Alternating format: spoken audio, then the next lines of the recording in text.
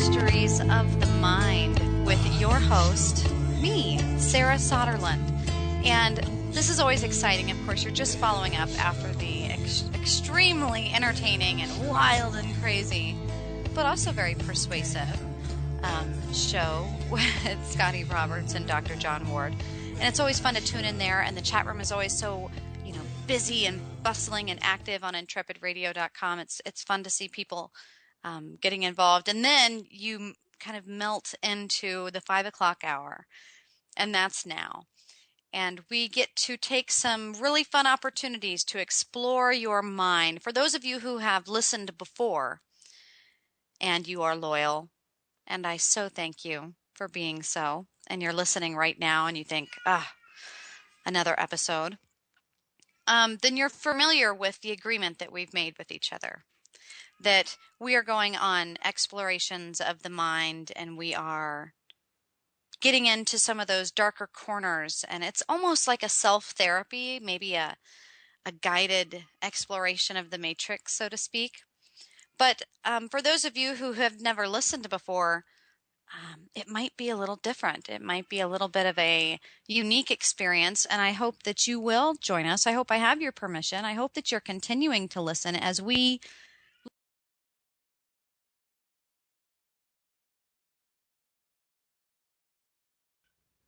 and you can hear my children screaming in the background. So use the force to allow every outside noise to just further relax you and focus your mind on the fact that today's show is persuasive speech. And of course, we're going to use my medium of choice, which is Neuro-Linguistic Programming. It's basically this small obsession with language, right? Linguistics, culture, and how important language is. It's how we explain each other. It's how we build intimacy. It's how we break connections and build relationships. It's how we complete a thought. It's how we make momentum of action. And it's a huge part of our lives. And it's really built upon by kind of that psychological concept of nature versus nurture. We're learning, of course, that we're spiritual, we're little quantum beings, and we are all connected, and we're stardust, and we're all of these romantic things. And then as we get a little bit bigger, we become these thinking consciousnesses, right? A soul, a being, a spirit, an entity. And we think, therefore we are. And I struggle with this concept with my husband. We really have an initial concept of what is real. What is family? What is food? What is nutrition? What is exercise? And as I'm asking you these, your brain is already firing its answers. And you're getting an opportunity to learn about yourself. That these dissociative thoughts that come up immediately, these impromptu thoughts that just shovel through, are coming up from your unconscious, and they're answering automatically. And you kind of get an idea of what things, what building blocks, what filters you have that build upon words and language. And that's why sometimes I think understanding different cultures through language can be difficult. Maybe you're learning, like a kanji, or you're learning a Japanese, more of a symbol language. And, you've got fire, which is an emotion, and it's an action, and it's a spirit. And it's not just the word like we would use the word. The words aren't the same.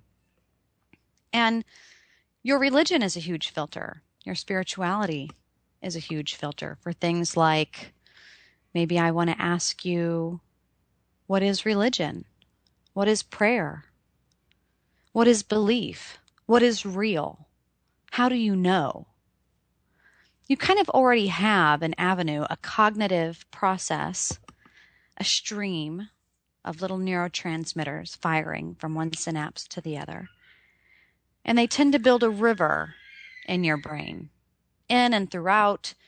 And it's just like muscle memory. It's like this erosion, this pathway is created. And it's a habit. It's a routine. Maybe it's an addiction.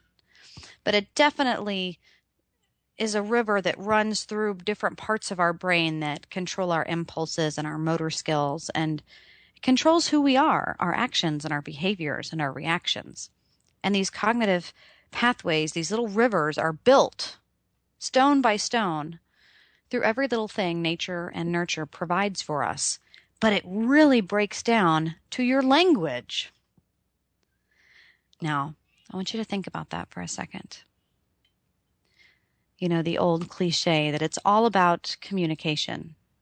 Good relationships are all about good communication.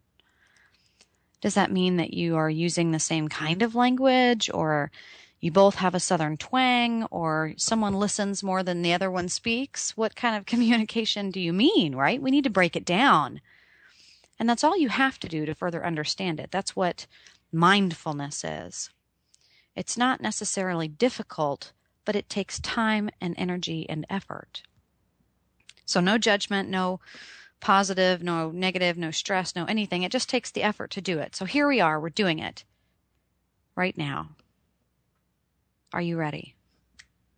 The Jedi mind trick, persuasive speech. I'm interested if you're aware that this is being used around you all the time, and that you can use this. It can be a tool on your Batman utility belt. You can use it to profile the people in your life. You can use it to become a better speaker at work, or a presenter if you're a teacher, or maybe to enhance the communication that you have with your children or your spouse or your significant other or your cat. No, probably not your cat. Cats are a lost cause. But this is a technique that a lot of psychopaths utilize. It's an evolutionary trait that some are just gifted with. People that you see oftentimes in radio and in journalism. And thank you for tuning in to KCTV5 tonight. This is Sarah Soderlund, and we have your news. You know, it's these people that can be different characters. They're great storytellers. They're people like Scotty Roberts and Dr. John Ward, people with romantic voices, people that are musicians, people that are gifted and creative and poetic, maybe even an Edgar Allan Poe, someone who allows you to chew on their words and just, you know, it's spat out there for you to feel and to experience. These are people who know how to use language, and they appreciate it. Sometimes you can build that appreciation and that awareness and that mindfulness by just reading. You can read more. It enhances your language. It's just that putting things into action. It could be listening to this podcast every Thursday at 5 p.m. Central Standard Time with me, and we'll work together, and you'll have your awareness and your mindfulness and your routine and this habit. We're building a cognitive river right now in your brain. Right now. You've already started. And I'm excited because it's going to go somewhere. And I'm extremely excited to see where that goes. So already you're experiencing mentalism. And it's up to you if you feel vulnerable, or if you just kind of let go and enjoy the experience and learn to use that in the future with people in your life. It can be really, really, really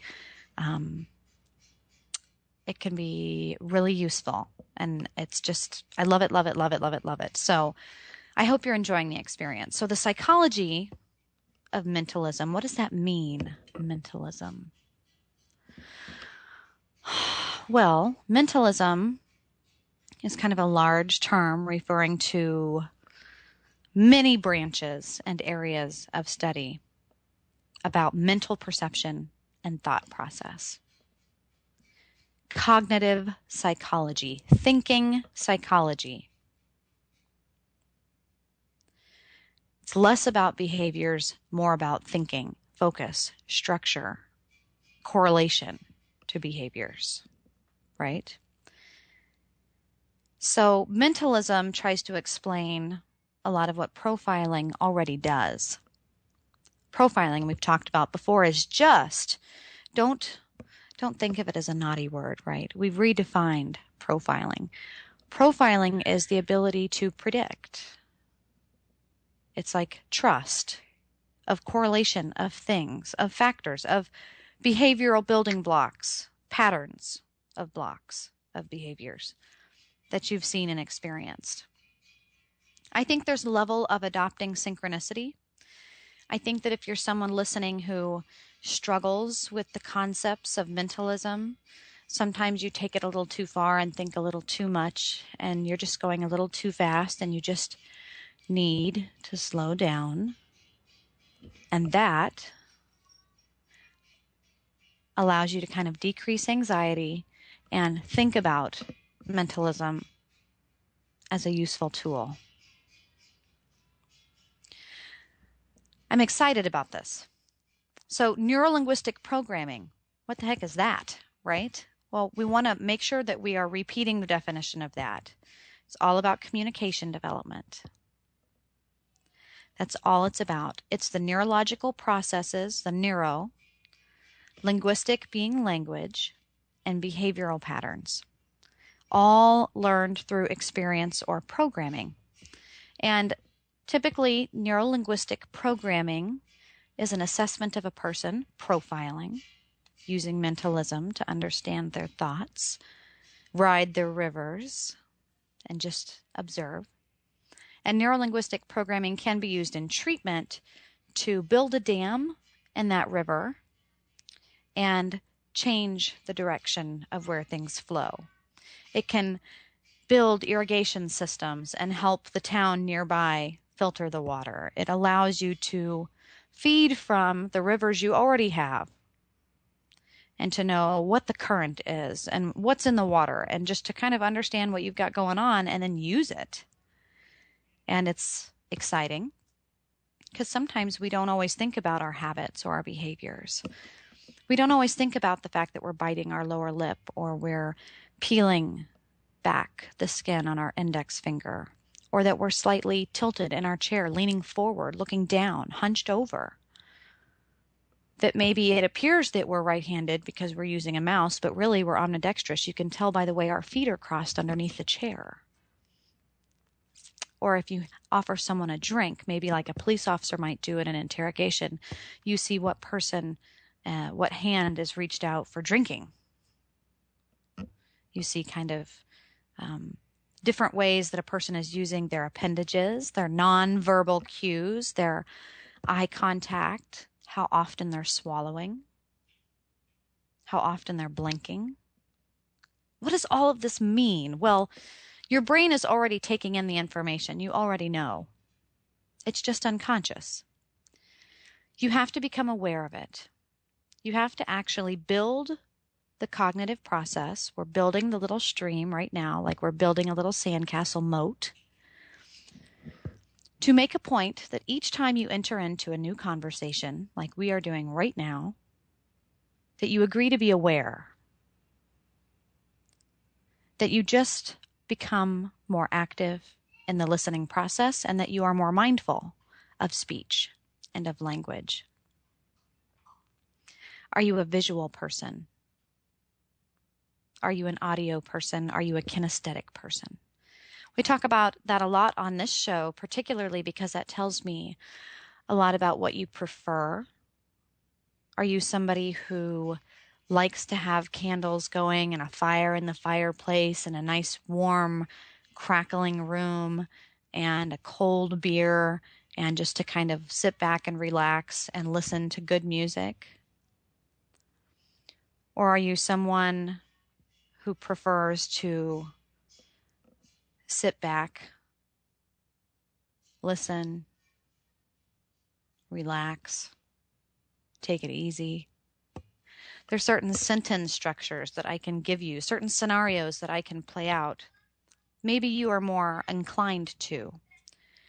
Is that because you already know yourself, or is it because I've given you a sentence that you're more apt to enjoy? That's kind of a scary process when you think about that. Think about that for 1 second, because that's a really key seed in mentalism. Is we're entering into a conversation. We're going to be sure and reach an agreement. So you always kind of maybe mix it into your introduction.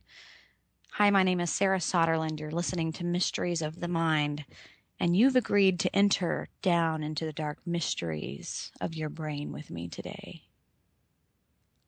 Isn't that right? You do a pitch, you do an introduction. You say, I'm so glad you agreed to meet with me today. I'm so glad you made the appointment with me today. I'm so glad that you're taking the time to listen to me right now. Depending on who you're talking to, even with children, the Jedi mind trick, the best opener is to automatically assume agreement. Agreement is extremely important. That is the skeleton key, my friends, and you have to get that. That's why it's an incredibly useful interrogation tool. If you're sitting down with someone, we talk about building rapport. When you have a good rapport with someone, a good relationship or a good feeling with someone, you're more inclined to let your energy loose, let your aura expand. Take a deep breath and let your guard down. And that's perfect for a mentalist. You want to have good rapport. So I've been listening to how you think, right? I've been listening to the words that you use. I've been listening to your favorite conjunctions.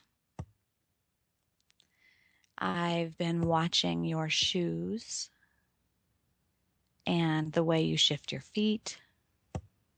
And I've already taken note of what side back pocket your wallet is in, how thick it is, how new your haircut is, and what you're doing with your hands and what you're doing with your eyes, and how are you swallowing, and how quickly are you breathing. And for me, you begin to take note of these things immediately when you enter into a new conversation and you make an agreement. When you make that agreement, unconsciously, you should already be taking note of this checklist you've got going, this profiling checklist, like a person that might sit down into a diner and already knows where the exits and the bathrooms are. It's just something that you train yourself to do.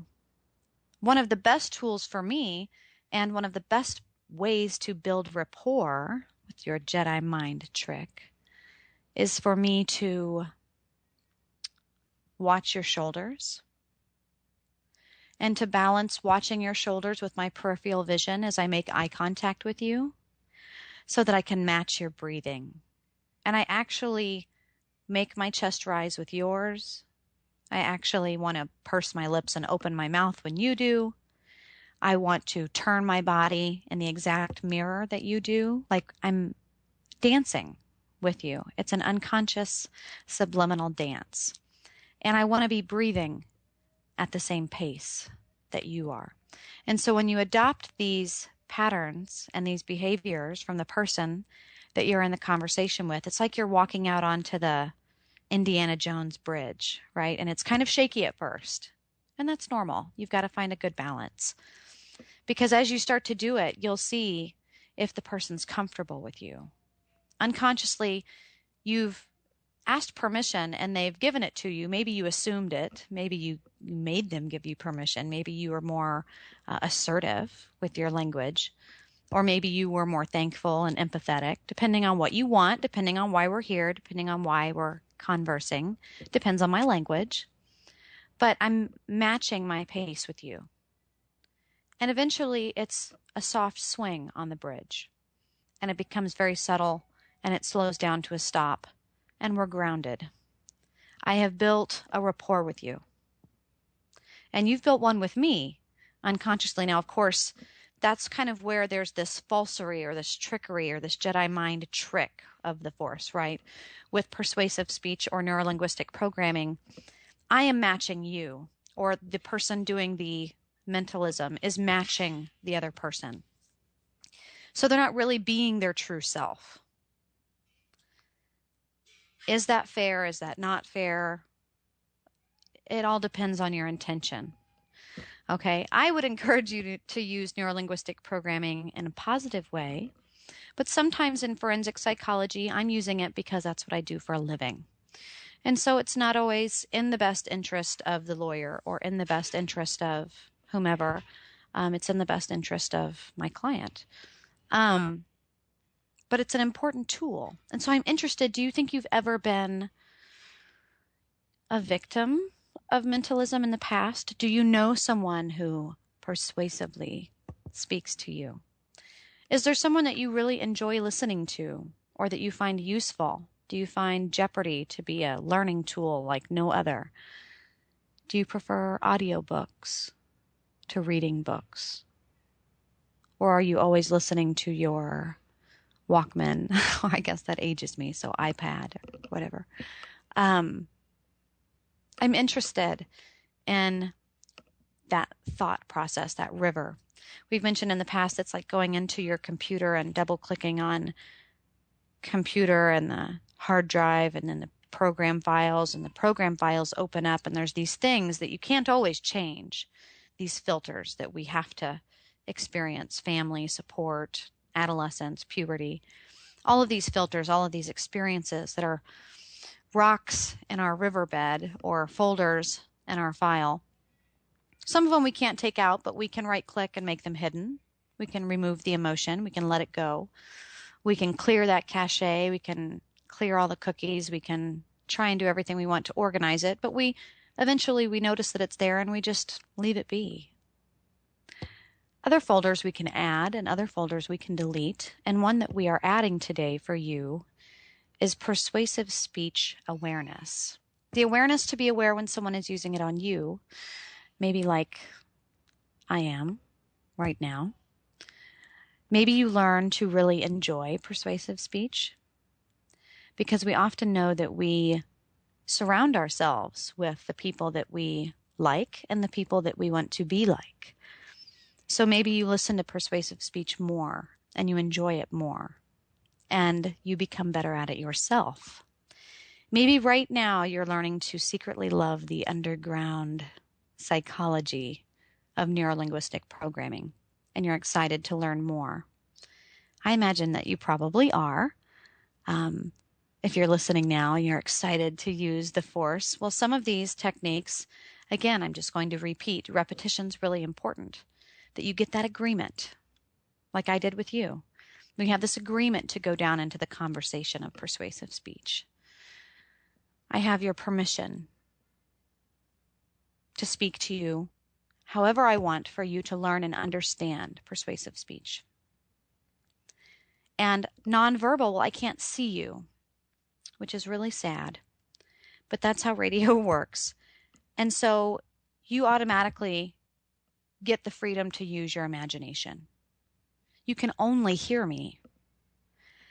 So a lot of the nonverbal things that I would be looking for, I don't have. So you've got to make up for it. I can't do body mirroring. I can't do the dance like I normally would. And instead, you would utilize things, additional techniques, like tone matching. You always want to try and match that person's pitch and tone as best you can. It might feel extremely awkward for you to do. And that's why it's important for you to learn how to balance being the aggressor and the submissive and introducing yourself in a way that allows the person to maybe introduce themselves first so that you get a taste for their tone and you can match it in your ear before they ever hear you speak so that you would appear to naturally have the same tone that they do. That more bass, lower, masculine, certain tones have different connotations to higher pitches. It's really, really important. And that's why you'll notice sometimes when you're watching the news, if you turn away from the television and listen to the anchors, typically they all will have the same everything, vocal pattern, vocal tone, everything.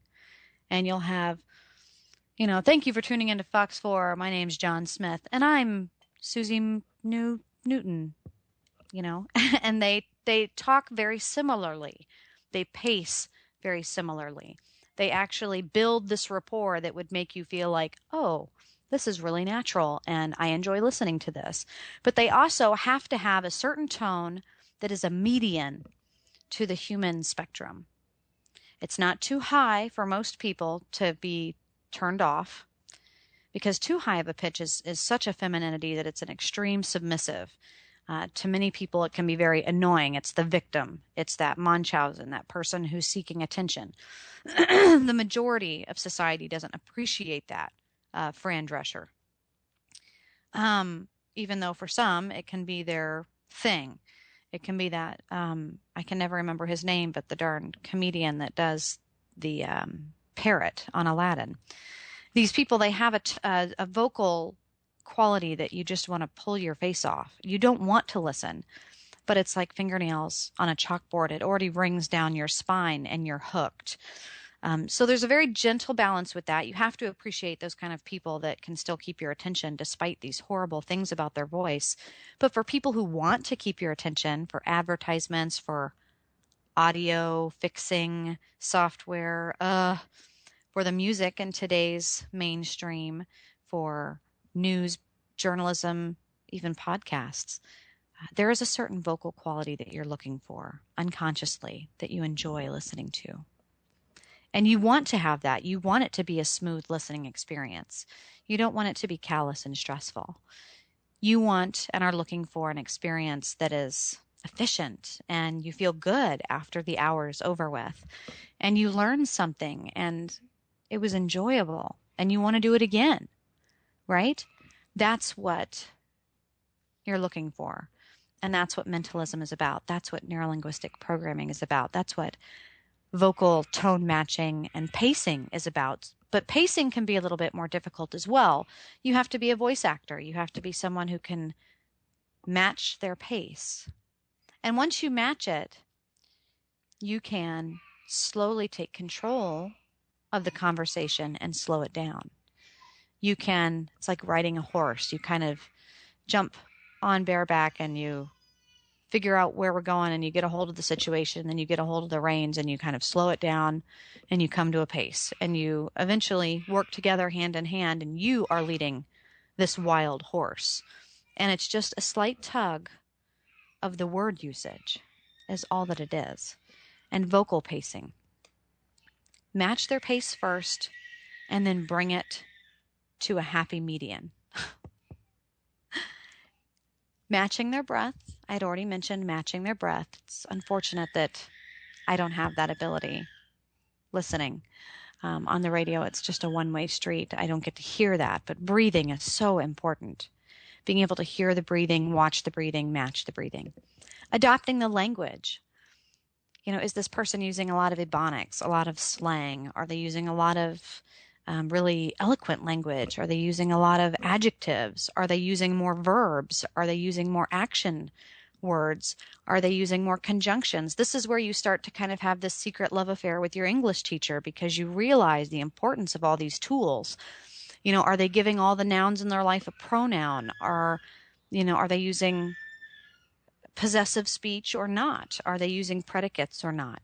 And when you learn the importance of language and sentence structure and the ellipses or an exclamation mark or just any, automatopoeia, I guess, any part of the human language. And you look at a dictionary and you just think, oh, there's so many words in here for things that I want to experience, because maybe sometimes you are experiencing it and you don't know how to share it. So you're not storing it in your memory because you didn't give it a word.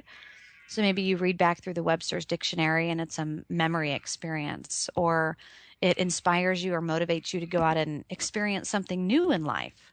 And it's kind of like what books do. I mean, it's a series of building words of language of a particular author that we enjoy. We like his writing. We like his mind. We like his cognitive process. It's similar to ours. And that tells me a lot about me. And you can enhance that. You can change that.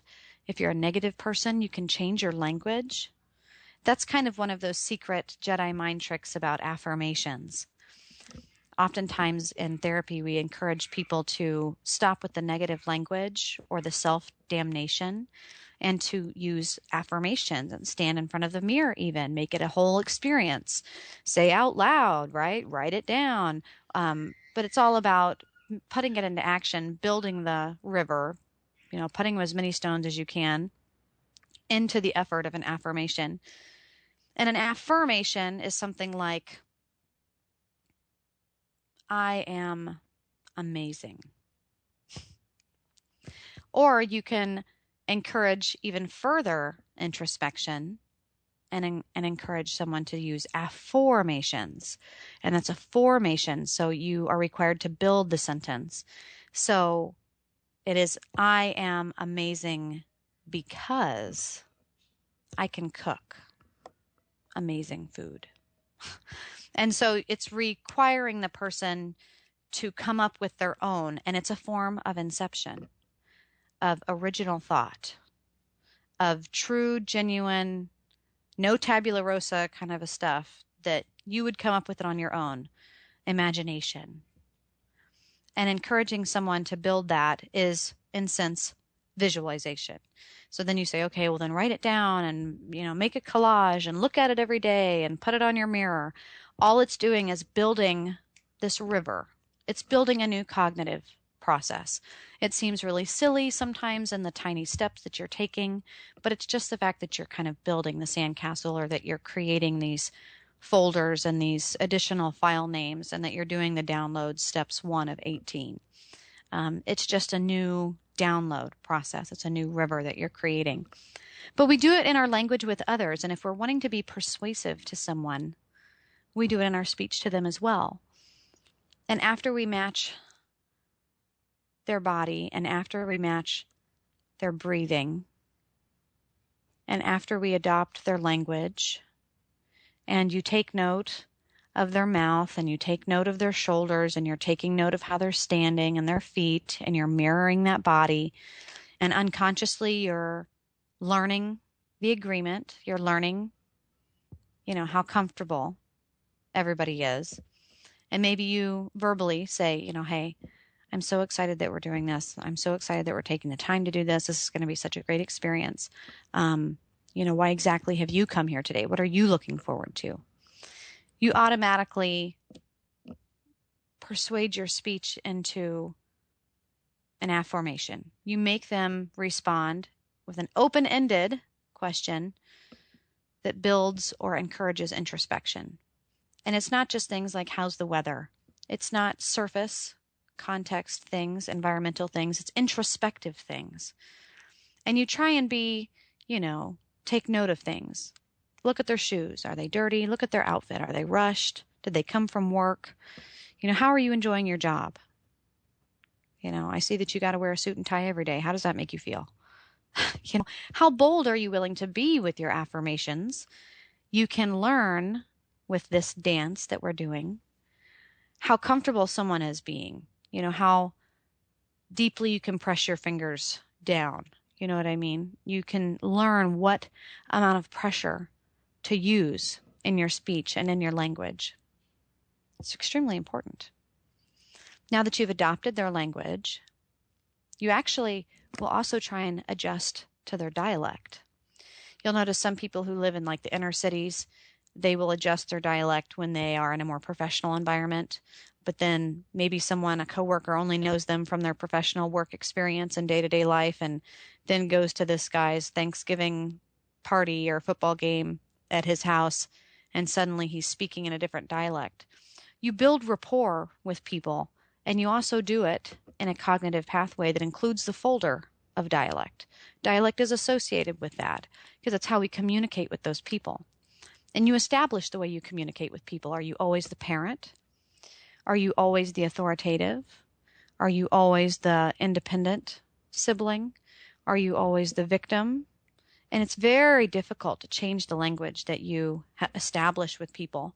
Sometimes that's part of the problem with therapy. Maybe someone's been an addict their whole life and they're looking to change that behavior, and now they want to be, going from someone who struggles with employment to being someone who's very successful in a day-to-day job. And so they want to hear from their friends and family, how's your day going? How's your job going?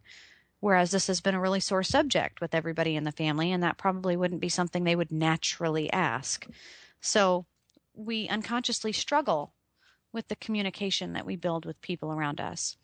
Maybe it's difficult to talk about family with the spouse, or it's difficult to talk about sex with a child, or it's difficult to talk about education with your grandfather, or racism with a professor. I mean, we have these certain societal taboos, we have these certain filters, we have these certain guidelines.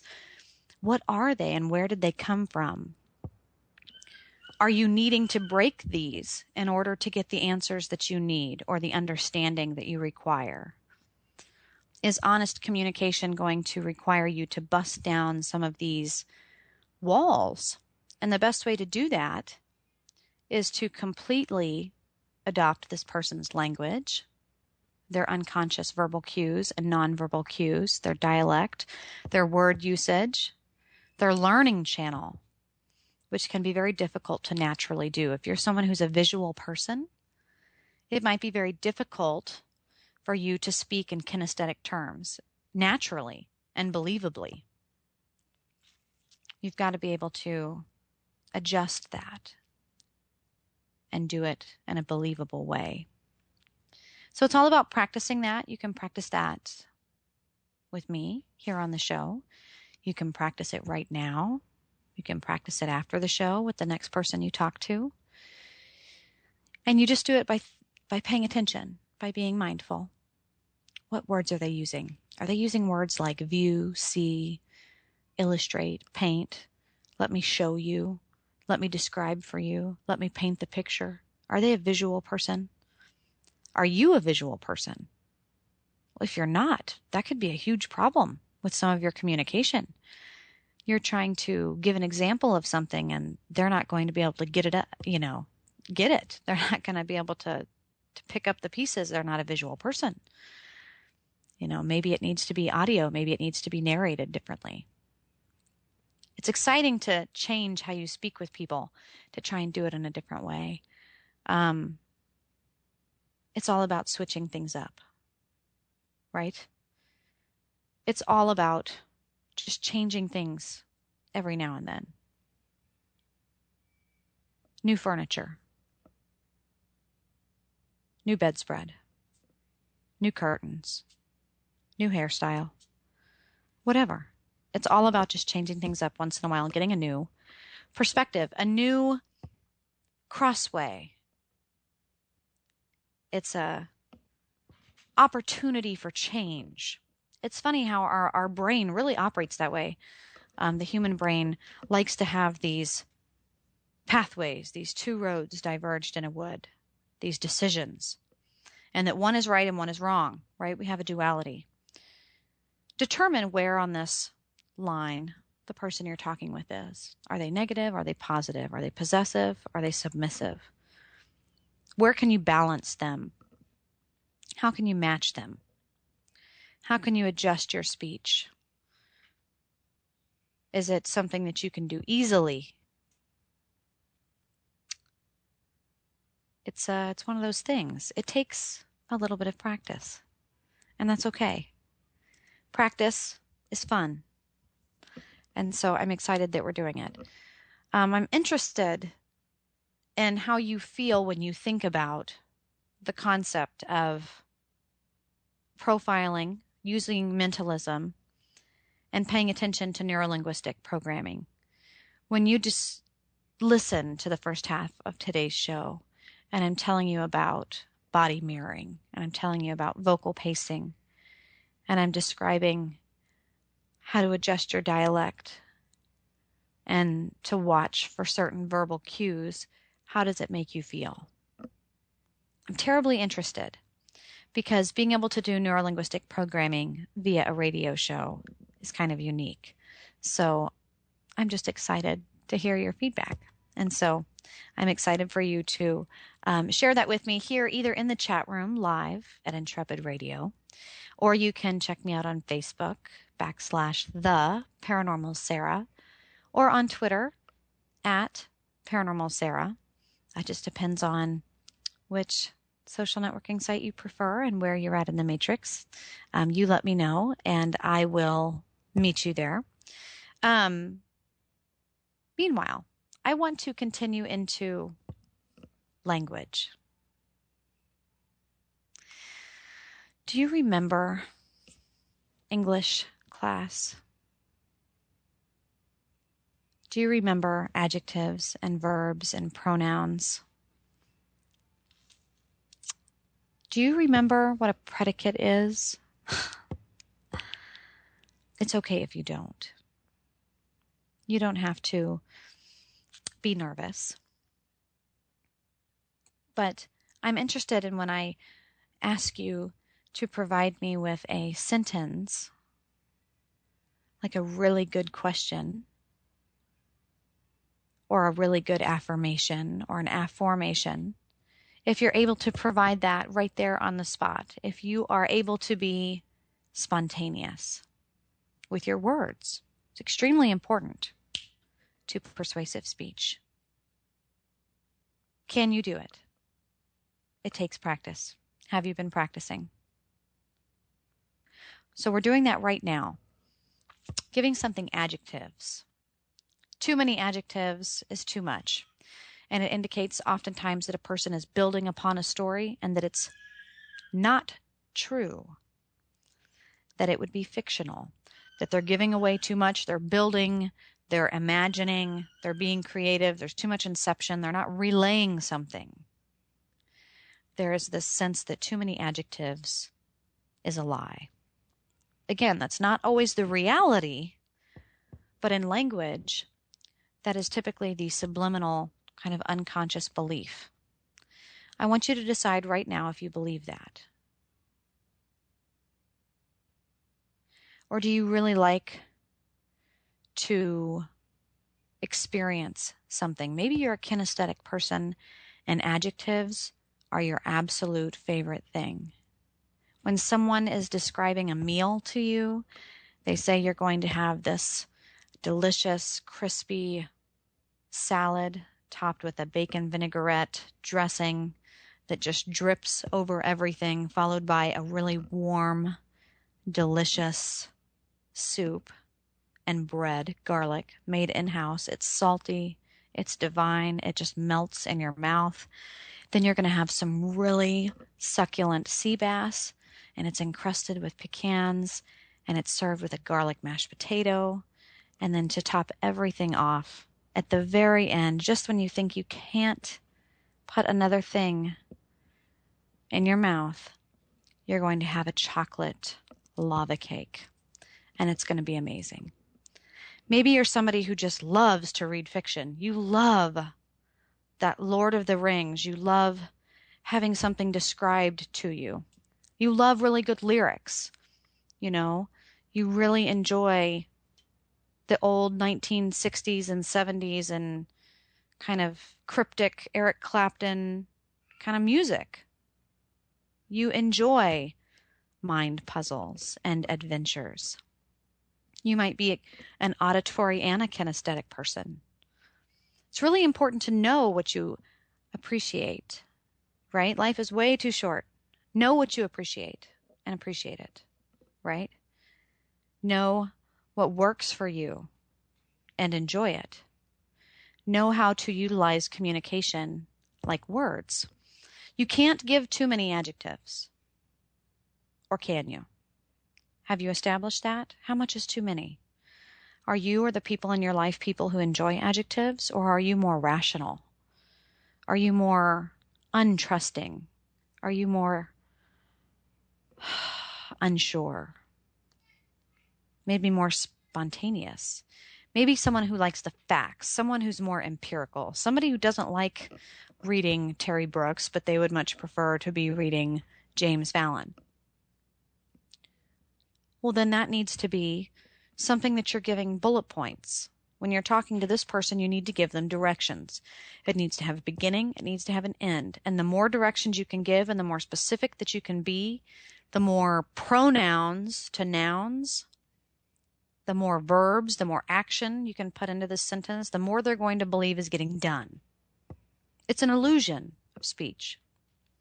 But if that's how the person operates, that's the kind of speech you need to have. Maybe you think it's absolutely ridiculous and very dry to say, listen, honey, I'm going to go to the car wash.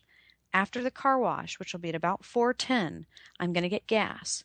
And after I get gas and I go inside and buy beef jerky, which I normally get at the checkout last minute because I decide that I want it, and then later throw it away or leave it in the car, I'm going to drive away. I'm going to go down University. The traffic is horrible at that time. It's like 4:25. After that, I'm going to turn by the coffee shop. Hopefully there's a spot. If there is, I'll stop and pick up coffee for everyone. If not, I won't. Then I'll turn in, I'll be here before 5, and at that point we can go grocery shopping. Try and have a list of the things you'd like so that I can help support you. We won't forget anything. We'll make it a really efficient trip. We'll be back by 7. You can have a hot bath. I'll try and get some homework done, yada, yada. These are things that somehow that person that's a very factional, that's not a real word, factual and rational, this person is going to see organization and empowerment and structure, and it's very sexy. And it's a little authoritative, and to some people it might sound like barking orders, and they don't enjoy that kind of speech, but to other people, God, they respond. They love it. They love that. It all depends on the person. It really depends on the person. So have you been listening? Have you been listening to my language? I've been trying to unconsciously connect with you and your language, but secretly you're only hearing me. Do you have any idea what kind of food that I enjoy? Do you have any idea what kind of learning channel that I have? Have you listened to my sentence structure? Do I give you more questions than I do answers? Am I more introverted or am I deflecting? Have you been able to practice seeing your exit signs and knowing what folders are in this folder as we double click and double click and double click? Organize it. Right click, organize it. How do you organize it? By name, by type? Organize the folders and know exactly what to do, right? Technique. Nonverbal agreement. Get permission. Body mirror, tone matching, vocal pacing, breath matching. Adopt the language. Adjust the dialect. Conversational hypnosis. It's the old cliche. You're going to tell them what you're going to tell them. You're going to tell them, and then you're going to tell them what you told them. We are going to give someone a sentence structure in persuasive speech that says, I had a really rough day, but I'm so excited to be home and to be able to get some things done with you and to go run some errands. And I'm really interested in what you want to get done tonight. So what can you tell me about that? You're asking very open-ended questions. You're introducing yourself. You're bringing them into the conversation with a subliminal permission. And instantly you allow yourself to lean forward, get into their personal bubble, match all of these things, and take note. An open-ended question allows them to have the floor long enough for you to read and gather the information you need to build rapport. Then there's some things, some words, particular words, that will help build unconscious rapport. Questions, of course, are always very important. Open-ended. Do you understand exactly why that I'm here today, why I'm interviewing you today? That's a question that I give often in my line of work. It's interesting to note the word because. If you include because in your sentences, especially when you're talking to someone, it gives you authority. It gives you the upper hand. It makes you the persuader. Because it gives you the power to speak to that person, and it's given you the platform. Because ultimately, that's what speaking is about. And I just used because 6 times right there. Were you mindful? Because maybe you weren't completely paying attention, and you realize that when I use the word because, it makes things related directly to you, because that word lets me talk over and over and over, and you don't get to interject. And I just used it again 4 more times right there. It is authoritative.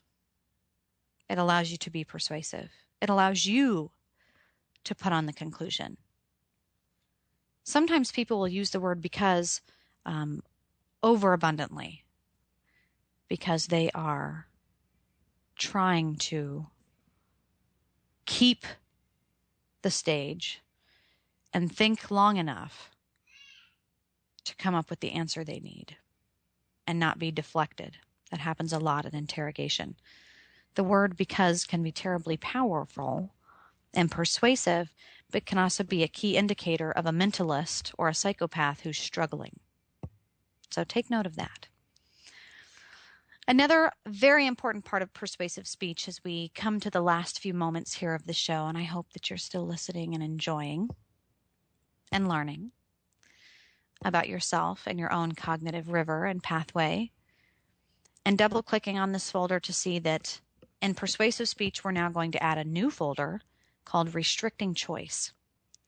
Persuasive speech is about restricting choice. It's an open-ended question. I learned this very early on when I was a young waitress at a Euro Bistro in Parkville, Missouri. This cute little suburb off Kansas City, just on the river. And it was a bistro where you would order hummus and you would order gnocchi and bruschetta and you would order all of this delicious food. And I would hopefully come to your table and say, "Thank you so much for coming to Yaya's today. My name is Sarah. I'm going to be taking care of you. Can I start you off with red or white wine?" This is restricting choice. You're not asking, "Can I get you any wine today? Would you like to start off with some wine?" It's, "Can I start you off with red or white wine?" The majority of people, this is again, you have to decide if you're feeling predatorial, feeling a little dominant, and if that's okay. Most people will avoid conflict. And they will automatically respond with one of the questions or one of the choices that you've given them. They won't want to have conflict with saying no. They're not good at saying no. And so by restricting choice, you automatically get what you want. You give them option A and option B. We don't even have to dance around anything. You just say it up front. And sometimes that really works. Sometimes it's that guy in the bar that it's that particular scenario where the bar is a meat market and 2 people, they don't even want to fool around and they just get to the bar and he says, "How about I save money on this $8 beer and we go to my place?" Okay. Save us the time and money. And sometimes that really direct, restrictive choice works. It's seen as sexy, it's seen as dominant, it's seen as powerful, which is why you see restricting choice done so often in advertisement. People in McDonald's, people in fast food restaurants, they're encouraged to ask people in a open-ended, restrictive choice way, will you be supersizing that today? That's giving someone the option to still say no. And it's difficult. Some ads can be too pushy. You have to know the person you're talking to, but that is a very powerful form of restricting choice. Another, just to close up here, and there's so many of these tools. I wish I could just be here all day long with you and we could just talk about this because it's so cool. You just learn to kind of go deeper and it's so awesome. Neuro-Linguistic Programming is just so awesome. But to include assumptions, it's a parenting trick for those of you listening who might be parents. And when you know that that it's bedtime and that saying the B word is going to be an issue, you just say, "Shall I read you a book at bedtime or shall we have tea at bedtime?" You give them a choice, but you include an assumption of the thing you ultimately want. That's kind of a secondary subliminal persuasive speech trick. And lastly is to beware the but. I say that, I know it's kind of funny, but we say it in all seriousness. In linguistics, the but versus and, the conjunction function, right? If someone were to say that pizza is really delicious, I could eat it every night, but it gives me heartburn. It's kind of negative. Versus, I get heartburn every time I eat pizza, and yet it's so delicious, I could eat it every night. It's very different. You're kind of saying the same thing, but you're kind of not. The average listener has a cognitive process that but is a very negative word. It would mean that something is not going to happen. Oh man, I really wish I could, but you know what? We already know that's a decline. You don't even have to finish the sentence. So if you want something to do something for you, to you, for you, with you, don't use that word. Use and. Make things happen and use and. Make things happen. Put those assumptions in there. Restrict the choice. Take control. Know how to use your adjectives. Know how to pace. Know how to match. Know how to body mirror. It's extremely important. It's extremely, extremely important to the dance of language. It's extremely important to the cognitive processes and the penetration of the mind, which hopefully you're doing with everyone around you all the time. And hopefully you've enjoyed doing some of that with me today. And I really hope that you'll join me next Thursday at 5:00 p.m. Central Standard Time as we talk more mysteries of the mind here on Intrepid Radio with your host, Sarah Soderlund.